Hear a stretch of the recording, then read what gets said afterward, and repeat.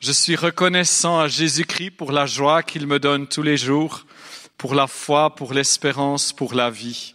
Et savez-vous, nous sommes appelés à être le peuple le plus heureux de la terre, les gens les plus heureux de la terre. Et parfois, on a l'impression que c'est le contraire. La joie, ça s'affiche. La joie, c'est contagieux. La joie, ça rayonne. La joie, ça irradie. Parfois pas. Parfois, c'est très profond dans les difficultés, mais on garde cette joie. On garde cette paix. Quelques-uns sont d'accord. Les autres, on va voir. Bon, moi, je vous propose de vous lever, d'être un peuple victorieux, puis de manifester cette victoire.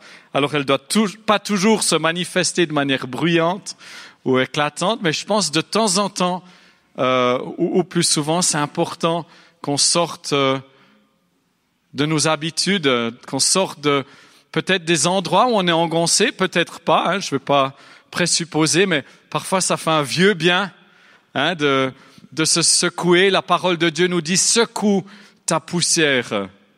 Et puis cette poussière, elle ne demande pas pour se déposer. On a des gens parmi nous qui font le ménage de temps en temps? Non? J'ai cru que j'étais en Suisse, mais ah oui, quand même, pas que des dames. Donc je vous propose qu'on secoue la poussière. Je vous regarde, voilà, qu'on secoue la poussière. C'est pas avec les hanches, Ça c'est autre chose là, le cha-cha-cha. Qu'on secoue cette poussière qui se dépose. Je vous rappelle que la poussière ne demande pas la permission pour venir se déposer sur nous. Elle le fait sans être demandée. Puis je vous propose qu'on pousse un cri de victoire ensemble. On essaye? 1, 2, 3. Wow, c'est bon ça. Allez, encore une fois. 1, 2, 3. Amen. Je vous propose de vous tourner vers votre voisin. Puis au fait, on va faire des couples de Dieu, de deux. Je ne vais pas vous unir en deux, mais des couples de deux. Donc trouvez quelqu'un, d'accord? Et puis, évidemment, vous ne pouvez pas être trois, il faut vraiment être que deux. Alors, dans ce groupe de deux, il y en a un des deux, ce sera le A. Le A. Levez la main, ceux qui vont être A. OK? Les A, levez la main. OK. Et l'autre personne, par élimination, c'est le B. Où ils sont mes B? Voilà. Alors les A, vous êtes là, levez la main. OK, c'est bien, ça suit. Donc les A, vous vous tournez vers le B et vous lui dites, il faut être deux, ça marche pas à trois. Désolé. Est-ce qu'on a des personnes seules qui cherchent encore? Voilà. Là, on a une personne. Essayez de vous mettre à deux. Bougez-vous. Voilà. Merci beaucoup. C'est pas obligatoire, tout ce que je vous propose, c'est pas obligatoire. Vous n'êtes pas obligé de le faire, c'est une simple invitation. Donc les A, vous regardez le B, vous dites, est-ce que tu es une réussite ou un échec? Est-ce que tu es une réussite ou un échec? Et les B, maintenant, vous allez répondre à cette question. De nouveau, vous n'êtes pas obligé. Les B, vous répondez. Voilà, c'est pas si long, Je dirais, on est une réussite ou bien on est un échec. OK, maintenant les B. Est-ce que j'ai encore des B? OK. Maintenant, vous allez poser cette question au A. Es-tu une réussite ou un échec? Ah j'entends une réponse ici. Écoute, je vais demander à mon médecin. Et puis maintenant, les A, vous répondez. Vous répondez si vous êtes une réussite ou un échec. Voilà, merci beaucoup. Vous pouvez vous asseoir. Eh bien, hier, j'ai tenu un atelier, puis pour la première fois, je demandais aux gens de faire ce petit exercice. Et c'est vraiment puissant parce qu'il y a eu toutes sortes de réponses. Il y en a qui ont dit, ouais, il m'est arrivé ça et ça dans ma vie. Et puis d'autres qui ont dit, ah ouais, etc. Il y a eu des pleurs aussi et des remises en question. Eh bien, moi, j'aimerais te dire que tu es une réussite. Quelle qu'ait été ta réponse, quel que soit ton cheminement, tu es une réussite parce que c'est Jésus qui définit que tu es une réussite. Et c'est pas tes circonstances, c'est pas tes ratures, tes échecs, mais c'est Christ, c'est Dieu le Père qui ouvre les cieux sur toi maintenant et chaque jour et qui dit « Voici mon fils, Voici ma fille bien-aimée et qui te nomme et qui dit en qui je prends toute ma joie et toute mon affection. Et c'est ce regard-là qui nous conduit chaque jour. Si nous avons constamment l'image d'un Dieu en colère, d'un Dieu qui est fâché, qui a un reproche à nous faire, eh bien ça va nous affecter et ça va nous empêcher de nous approcher de lui. Qui voudrait s'approcher d'un Dieu sans cesse en colère, sans cesse assoiffé de sang, sans cesse assoiffé de honte et de culpabilité? Donc c'est important qu'on puisse répondre avec assurance à cette question. Je suis une réussite parce que le Christ le dit. Et je vous propose de répéter après moi, si vous le voulez. Je suis une réussite parce que Christ le dit. Et le Saint-Esprit qui demeure en moi transforme l'atmosphère. Les choses ne sont plus les mêmes, que je le sente ou que je ne le sente pas. Parce que je suis une réussite. Amen. Et quand est-ce qu'il faut proclamer ça le plus? Quand on le ressent le moins. Ok, donc là, vous avez une petite photo de notre petite famille. On aurait voulu avoir plus d'enfants, mais voilà, on s'est arrêté là. Donc mon épouse et moi-même venons de Neuchâtel, en Suisse. On est demeuré jusqu'en 2011. Et puis en 2011, on est allé voyager un peu de par le monde à Kansas City, où Manu est aussi allé. Les Jolis aussi ont visité là et d'autres personnes. Et puis, de nos 5 enfants, le 80% des 5 enfants est marié. Ça fait combien? Bien joué, 4 qui sont mariés. Et puis la petite dernière qui est fiancée, qui va se marier l'année prochaine. Donc voilà, désolé si vous les avez trouvés mignons. Ils sont déjà pris. Moi aussi, je suis marié avec mon épouse. Donc voilà, tout ça pour vous dire que nous croyons fortement à la famille et nous croyons aussi fortement à ceux qui ont vécu des difficultés dans leur famille, que ce soit un décès, ce n'est veuve ou divorcé ou séparé ou pas encore marié. Nous croyons que Dieu a une destinée pour chacun d'entre nous pour bâtir une famille ou en tout cas pour se joindre à une famille. Donc les familles, je vous invite à être fortes, solides, mais ouvertes, accueillantes, avec du monde sans cesse à votre table.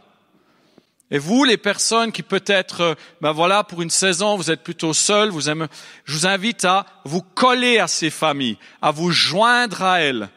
Et puis qu'il y ait vraiment une situation gagnant-gagnant, où ces familles accueillent et puis sont une présence et où ces personnes qui sont accueillies font peut-être un peu de babysitting, apportent un cadeau, du soutien.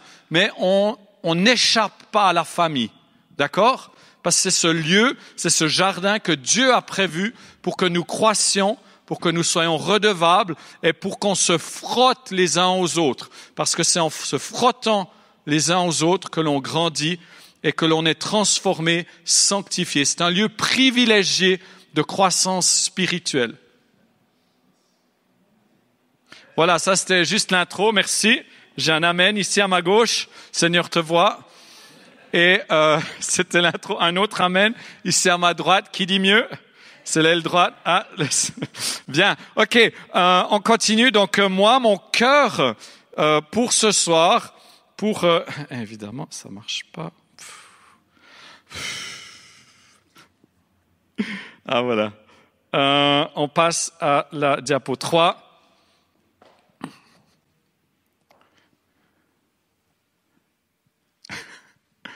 Voilà, exactement. Donc cette voix venue du ciel, mon cœur ce soir, c'est de vous partager ma passion pour Jésus.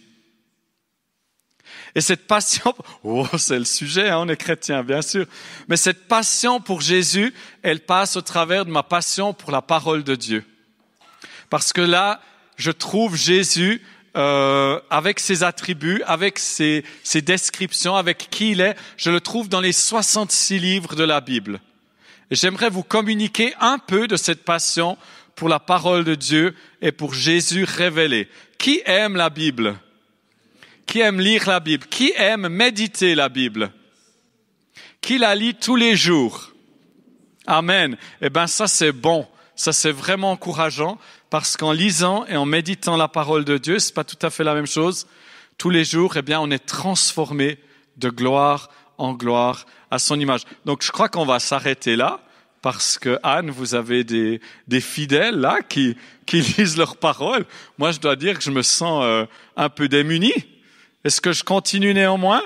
Hein? Ok, on va voir ce que ça donne. Donc vraiment une passion pour la parole de Dieu. Et puis cette passion, elle est incarnée dans le fait que Dieu nous parle.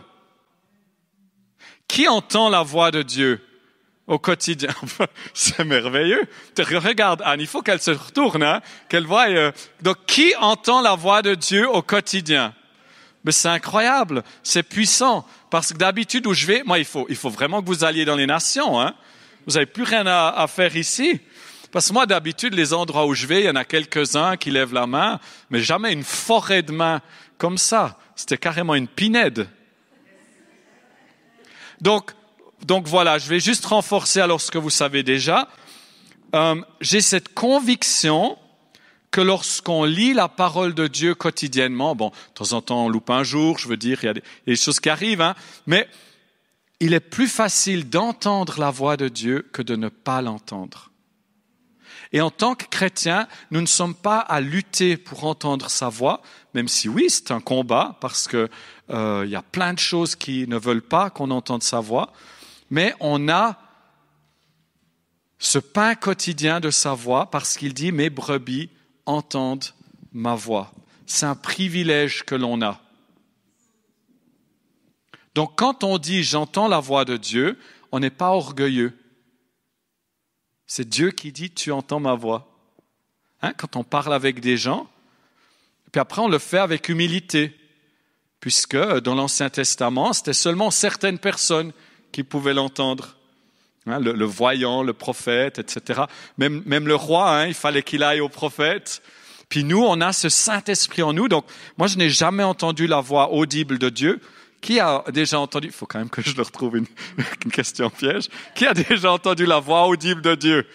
Ah ben voilà, une personne, trois personnes, alléluia. Donc c'est vous qui devrez être ici. Non, ça marche pas comme ça. Mais moi, je n'ai jamais entendu la voix audible de Dieu. Par contre, tous les jours, j'entends sa voix intérieure. Et c'est ce que Dieu a choisi. Ça ne veut pas dire qu'il ne peut pas nous parler de manière audible, mais il a choisi de nous diriger. Mais cette fois-ci, contrairement à l'Ancien Testament, c'est chaque chrétien qui peut vivre par le Saint-Esprit qui habite en lui. Et puis, ça se fait un peu avec tâtonnement. Hein, on reste humble, j'ai l'impression que... Parce que dès que vous dites à quelqu'un « Dieu m'a dit », ben, il ne peut pas dire le contraire. Si Dieu vous a dit, mais qui suis-je pour dire le contraire? Donc c'est vrai qu'on marche parfois un peu à tâtonnement, mais quand même avec assurance.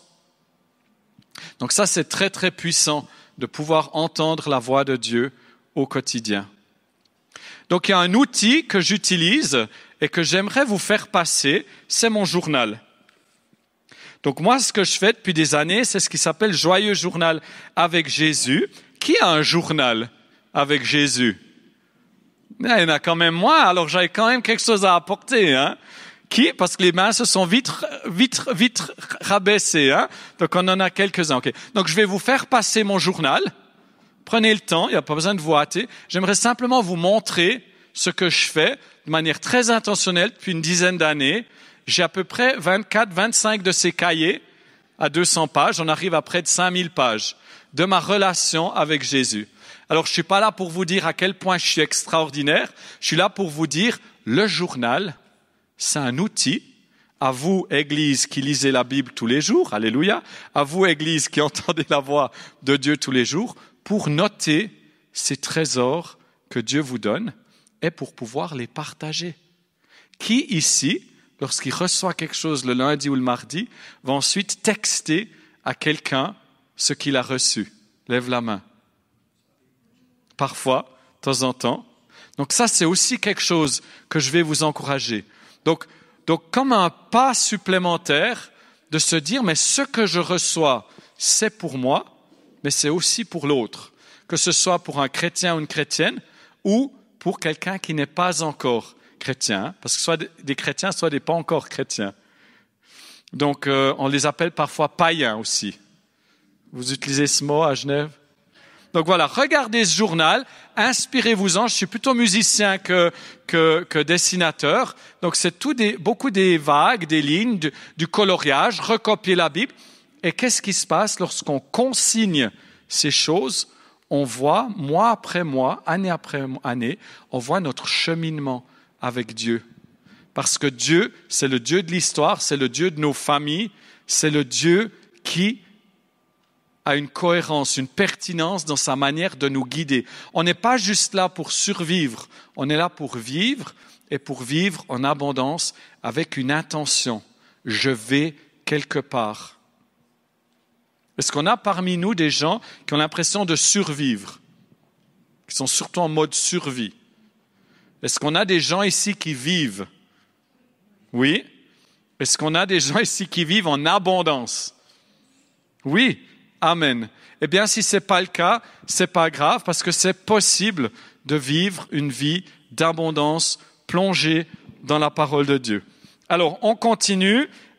Cette voix venue du ciel et puis...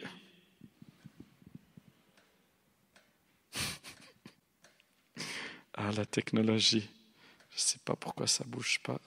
Bon, on va juste prendre la suivante. Donc, cette voix venue du ciel, c'est celle qui a proclamé que la lumière soit et la lumière fut. Donc, cette voix que nous entendons au quotidien, puisque vous m'avez dit que vous entendiez sa voix, que vous lisiez votre Bible, eh bien, je vous invite à utiliser cette voix pour créer autour de vous, pour être de ceux qui créent des liens et qui titillaient les autres gens, qui osaient avec audace dire « Tiens, je priais pour toi ce matin et j'ai reçu ceci.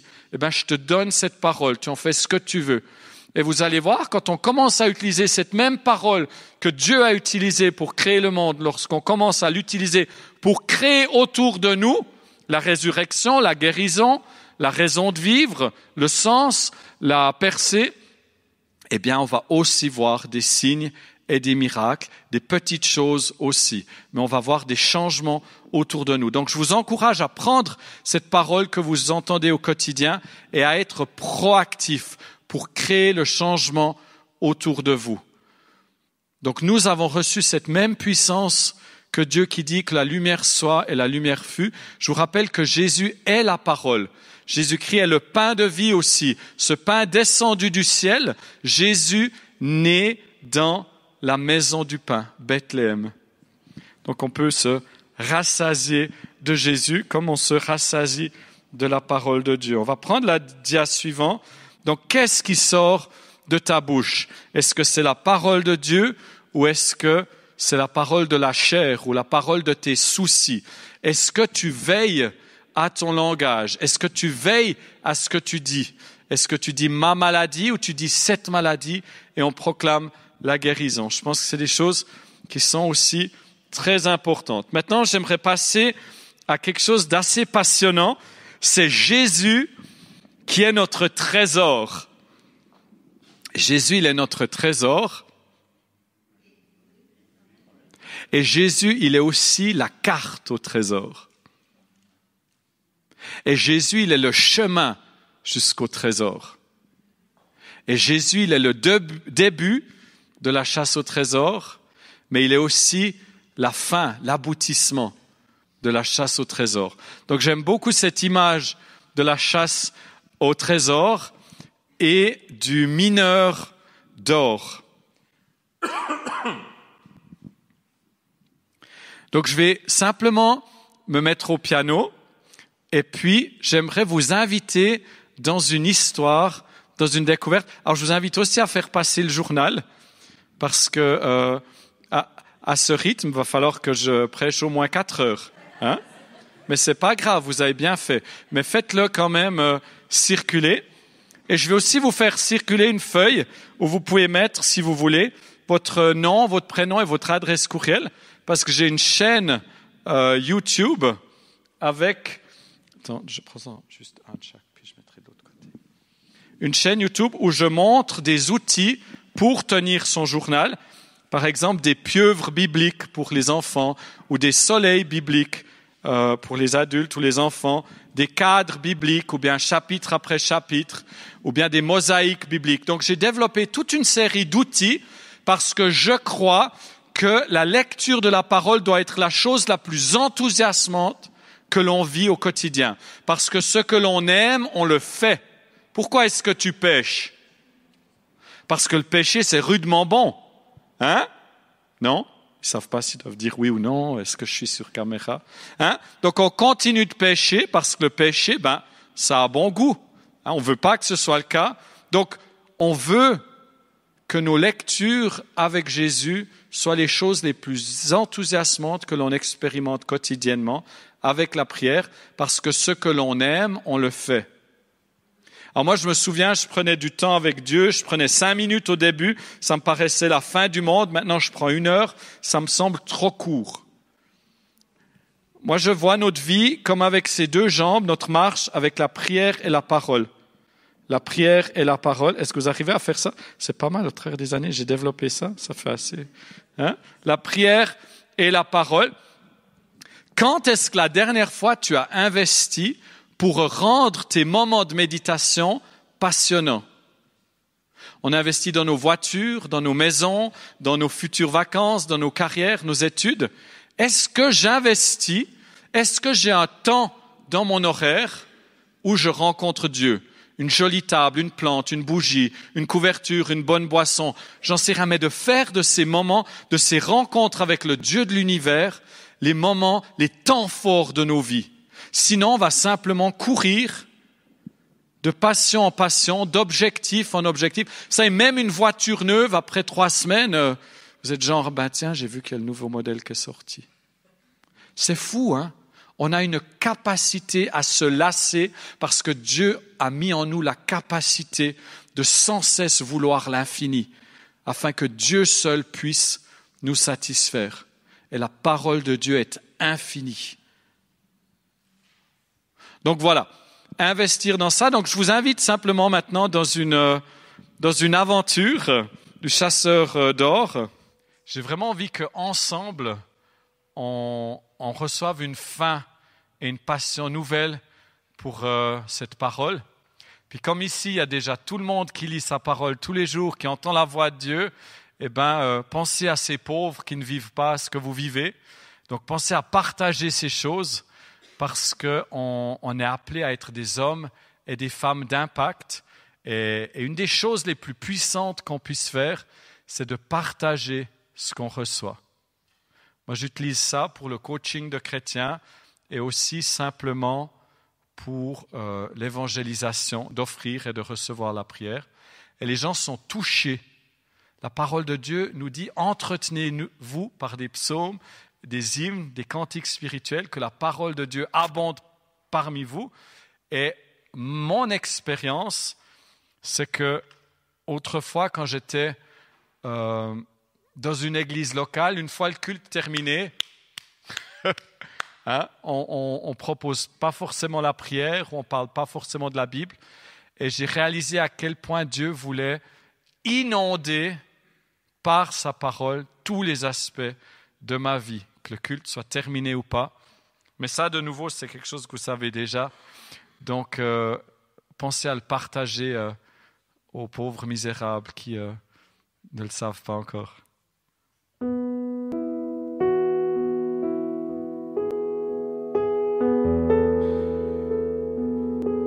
Donc, je vous invite à fermer les yeux, si vous le voulez, à fermer les mains. Et je vois comme une caverne.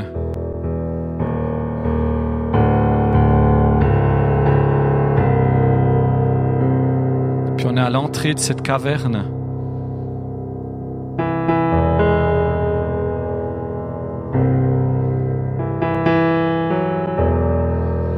Et puis on avance.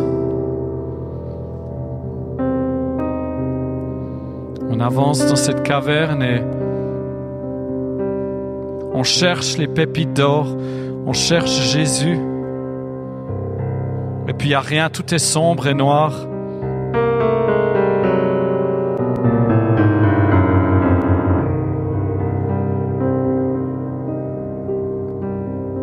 Seigneur nous dit, avance mon fils, ma fille. Tout à coup, il y a notre coude dans ces couloirs sombres d'une mine d'or. On ne sait pas encore que c'est une mine d'or. Notre coude qui touche un mur. Et tout à coup, on réalise, ah mais il y a de l'or là. Donc on gratte un peu le mur, puis on voit qu'il y a une pépite d'or. Alors on est très très encouragé. Et parfois on est comme ça dans la parole de Dieu. On la lit fidèlement et c'est pas évident. Mais tout d'un coup, il y a cette pépite d'or, alors on se réjouit.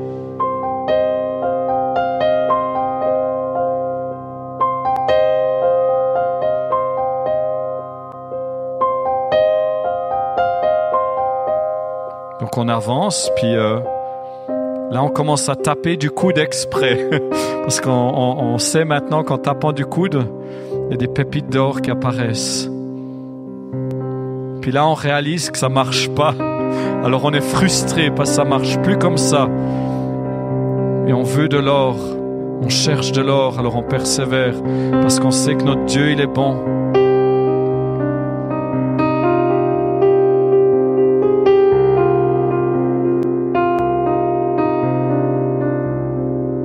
Tout d'un coup, en marchant, il fait toujours très noir. C'est notre pied qui tape un caillou par terre, puis on se fâche, on s'énerve. C'est peut-être une circonstance de la vie. Et en se penchant, on voit que là aussi, il y a de l'or. Et la parole nous guide, nous conduit. Jésus se révèle dans cette aventure du chercheur d'or. Alors voilà, maintenant on a compris qu'en tapant du coude, parfois il y avait de l'or, parfois c'était par terre. Alors on continue de marcher, on essaie de taper par terre, de taper du coude, et là ça marche pas. Tout à coup on voit une pelle, on voit une pioche, alors on les prend puis on commence à creuser. Cette fois-ci c'est beaucoup plus difficile. Mais c'est pas grave parce qu'on a déjà trouvé de l'or et on sait que notre Père nous donne de l'or. On sait qu'il se révèle à nous, on sait qu'il nous visite, on sait que ce cheminement avec lui vaut la peine. On sait qu'il est à la fois le début de notre chasse au trésor, qu'il est l'aboutissement et qu'il est le trésor, qu'il est la carte aussi.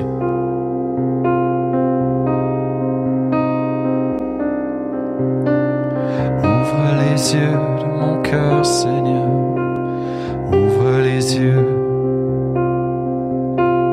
Ouvre les yeux de mon cœur, Seigneur, ouvre les yeux. Ouvre les yeux de mon cœur, Seigneur, ouvre les yeux. Que j'ai toujours plus faim de ta parole, que j'ai toujours plus faim de ta parole, que j'ai toujours plus faim de toi, que j'ai toujours plus faim de toi et soif de toi.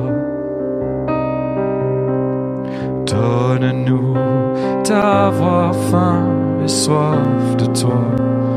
Donne-nous d'avoir faim. Donne-nous d'avoir faim et soif de toi.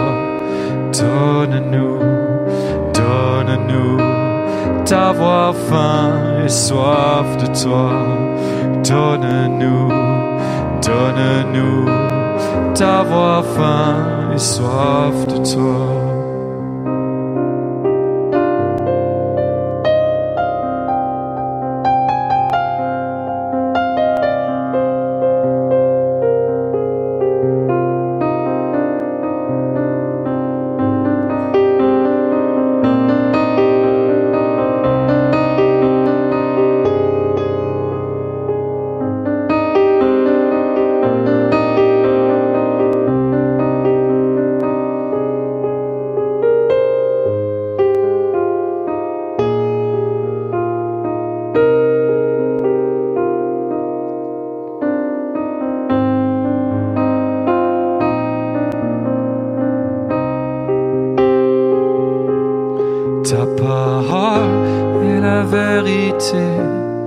Ta parole est la vérité. Ta parole est la vérité pour ma vie. Tous ensemble, ta parole est la vérité. Ta parole est la vérité. Ta parole est la vérité pour ma vie. Ta parole est la vérité. Ta parole est la vérité. Ta parole est la vérité, oui, pour ma vie. Ta parole est la vérité, oui, ta parole est la vérité. Ta parole est la vérité pour ma vie. Nous recevons ta parole est la vérité. Ta parole est la vérité. Ta parole est la vérité pour nos vies. Ta parole est la vérité. Ta parole est la vérité. Ta parole est la vérité pour nos vies. Ta parole est la vérité. Ta parole est la vérité. Ta parole est la vérité pour nos vies. Révèle-toi, Jésus. Révèle-toi, Jésus. Ensemble nous disons, révèle-toi, Jésus. Révèle-toi, Jésus. Révèle-toi, Jésus.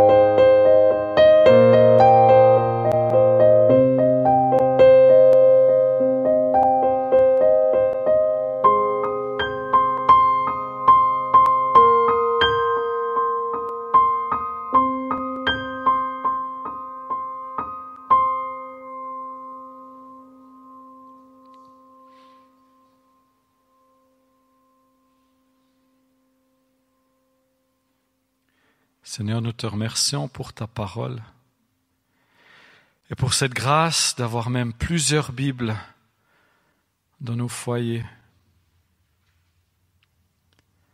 Seigneur, nous recevons ta parole, ta vie au quotidien. Seigneur, donne-nous d'être de bons gestionnaires de ta parole, non pas en la limitant, mais en accueillant ce que tu nous dis au quotidien, en étant diligent à ne pas juste être de ceux qui entendent ta parole, mais qui la mettent en pratique. Merci Seigneur pour ta présence ici, à Aunay, et merci pour ta présence en chacun.